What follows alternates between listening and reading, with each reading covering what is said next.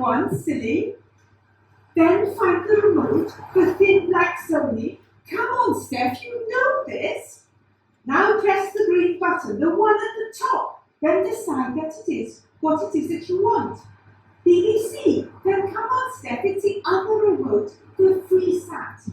No, not that one. The new one, Steph. The one we actually use. Now press the red button. No, it won't work yet. Not if the TV's not been on. First time round, you press TV. On which? The one you have. Come on, Steph, you know all this. We've been through this before. Now, go to home, then press the guide. Just press the guide. Now scroll around.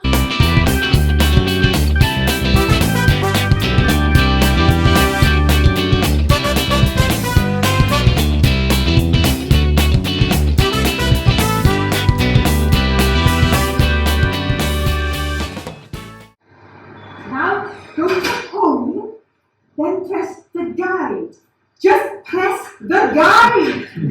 Now scroll around. There's live TV right there. iPlayer? No, that isn't there. You said you wanted live. You didn't. Well, you should be clear. I can't just read your mind. iPlayer literally has a button. Press it. It's right there. That's the one. You've got it, Steph.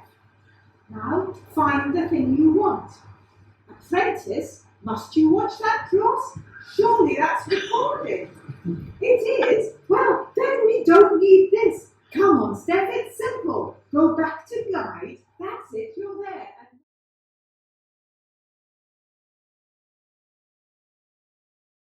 Of lightning, thunder even, and there is no sign of rain, then you know it must be Champion galloping across the plain. If you feel the wind rising till it's like a hurricane, then you know it must be Champion galloping, galloping, galloping across the plain. Champion, the wonder horse. Champion, the wonder horse. Like a streak of lightning flashing across the sky, like the swiftest arrow whizzing from a bow, like a mighty cannonball he seems to fly. You'll hear about him everywhere you go. The time will come where everyone will know the name of Champion, the wonder horse. Champion, the wonder horse.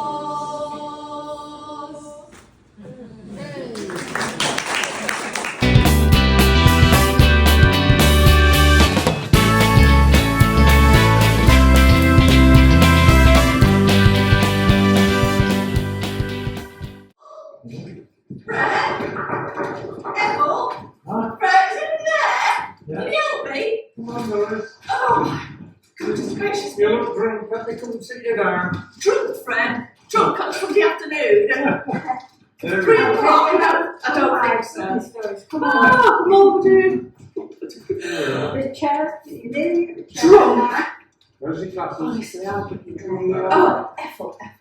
Right, this thing here, Oh, yeah. it's got tangled in my hair. Oh, Can you get it on? I'll have a go. Yeah. Oh, how's that? oh. God, it's fine. Oh, I brought the glasses, I put it on and I've nodded off, and then it's got all tangled up in my hair. Oh, couldn't smell it. Oh, Right. oh, hi Doris, you never fail to amaze me with your stunt. What the devil did you have on your head? Oh, my great nephew Jake, he popped by at the weekend. He was asking me where me and my Bert used to go on our holidays. And I was showing him the photos. Next thing you know, he's gone home and he's come back with this. Oh, flipping heck. So, What is it? well, I can put my phone in here, and then I can select a virtual reality experience on YouTube, and it's like, when I put them on, it's like I'm actually there. It's amazing. Really? Gosh, Doris, that sounds very futuristic. So where have you been? What's you been wearing now? I've been on a safari. Yeah, on Friday. I was in Tanzania. It was amazing to see all those animals so close. I can imagine what David Attenborough feels like now. What animals did you see then, Doris? Oh, there was the big scary ones like the lions, thought a lion was going to come and eat me. Oh, and then there was the elephants, the giraffes, but the most entertaining were the monkeys. It just reminded me of those PG ticks on birds. And where were you yesterday? Yesterday, Fred. Oh, I was going to the moon. I was on a mission. I was on a mission to the moon. I was just about to step out onto the moon with Neil Armstrong, and an advert for a Airlift came on. Do you know, it's so annoying when that Oh, happens. it is dreadful, dreadful. Why do you think I need one of them? Anyway, enough reminiscing. What are you two up to today? Well, I'm going to do some beehive inspections, and Ethel's found a Freeview channel on our new smart TV set. Ooh. She's looking over all the old favourite TV shows. She's really hooked on it. I am, yes. I'm watching some of the old Walk and White shows. You know, the show was so popular that famous people used to queue up to be on it. I liked it when Angela Ribbon got up from behind that news desk, kicking her long legs in the air. That was just up your street. Well, I like the one where they had Andre Preview on, as they called him. The best bit was when Eric played the piano, though. Very badly. Yeah, and then he turned to Andre and said, I'm playing the right note, but not necessarily in the right order. Yeah. I also enjoyed the chat shows with presenters like Terry Wogan and Parky. Do you remember the time when Rod Hull and Emu wrestled Parky to the floor? He went on for ages, and in the end, Parky mumbled to the producers, I knew we should never have booked it. Yeah. When I was a lad, we didn't have TV, so we all sat around the radio listening to programmes like Dick Barton and Children's Favourites with Uncle Mac. Yeah, do you remember Round the Horn on a Sunday? Oh yes, all the family used to listen to it after Sunday lunch. It was a bit rude, but when we were young kids, we didn't really understand what Mum and Dad were laughing about.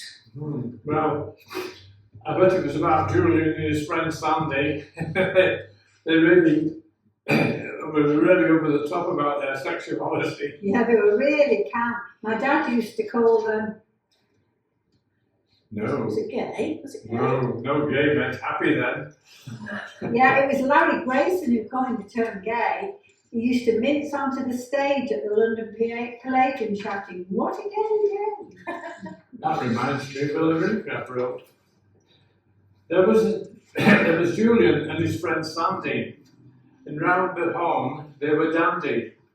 As a pair they were boner, recitations so Homer. No wonder those words made him randy. Oh, very good friend. Do you remember watching either of your TV for the first time? Yes, the people down the road had one for the late Queen's coronation in 1953. They rented it because they cost a fortune to buy then. Yeah, we got an ITV box in 1955. It sat on the top of our TV. I pestered my dad to buy one as my friends were singing ditties from the adverts and I had no ideas what they were on about. Well, my favourite was the Flake advert. It was very, very saucy. And the way that pretty girl seductively ate a flake, your Bert used to say she was having an orgasmic moment. Oh, that sounds something like my Bert would say. I remember there being lots of chocolate adverts as well. Oh yes, the adverts. A miles a day helps you work, rest to play. And then there was that nuts, all hazelnuts. Two Cadbury's Take them and they cover them in chocolate. I wouldn't mind, but they were usually on in the evening when all the shops were shut and they left me craving for chocolate. And I couldn't buy any till the next day. My favourite was the milk tray advert, where the man jumped off a cliff, then leapt through the bedroom window, leaving a box of chocolate on his mother's bed. Well, when my Bert was feeling a bit naughty, he used to put on a black polo shirt jumper and his black trousers. Then he would burst into the bedroom with a box of milk trays saying, or because the lady loves a milk tray. I wouldn't mind, but usually it took him that long to get dressed up and nodded off by the time he came in, so it's just scared me half to death. That reminds me of another limerick I wrote. A TV jangle back in the day. A man dives off a cliff into the bay. His name wasn't Fred. Chocolates laid on the bed. Just because the lady was so great. Yeah, and then there were the adverts about shampoos and soap powder. There were lots of new brands, if you remember, that we never heard of before. Yes, yeah. One Monday morning I was doing my weekly wash in the twin tub when that chap from down the road came into the kitchen looking for my bird. And when he saw my box of Omo soap powder on the window, he asked me if I knew what it meant. So I said no. And then he sidled up close to me saying, "It's code for old man out."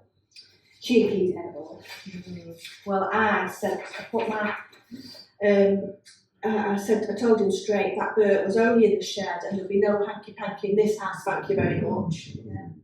He always was a slightly gay. This is the Chancellor, as I remember rightly. Mum loved all the adverts about food. She kept trying out different dishes. My dad put up with it for a while until one day he stood up and announced in an unusually loud voice, "Phyllis, I'm sick of this fancy muck. Why can't we go back to the lovely plain food we used to have?" Well, the first time I gave Bert one of those festive beef curries, you know, the one with the sultanas, he threatened to divorce me if I gave him any more of that modern rubbish off the telly. I remember him telling me about that. The beef was just reconstituted cardboard muck. It's never been near a cow within 100 miles.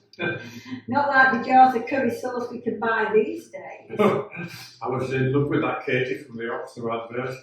I've even written a lyric about her. Oh, am I not surprised? Well, go on, Fred, we're all ears. That savoury cube of flavoury fame made other ads look rather tame. In silver paper, wrapped up tight, it made our gravy. Just right. Oxo was his name. Well, I used to be hooked on the soaps. Oh, yeah. You still are, Ethel.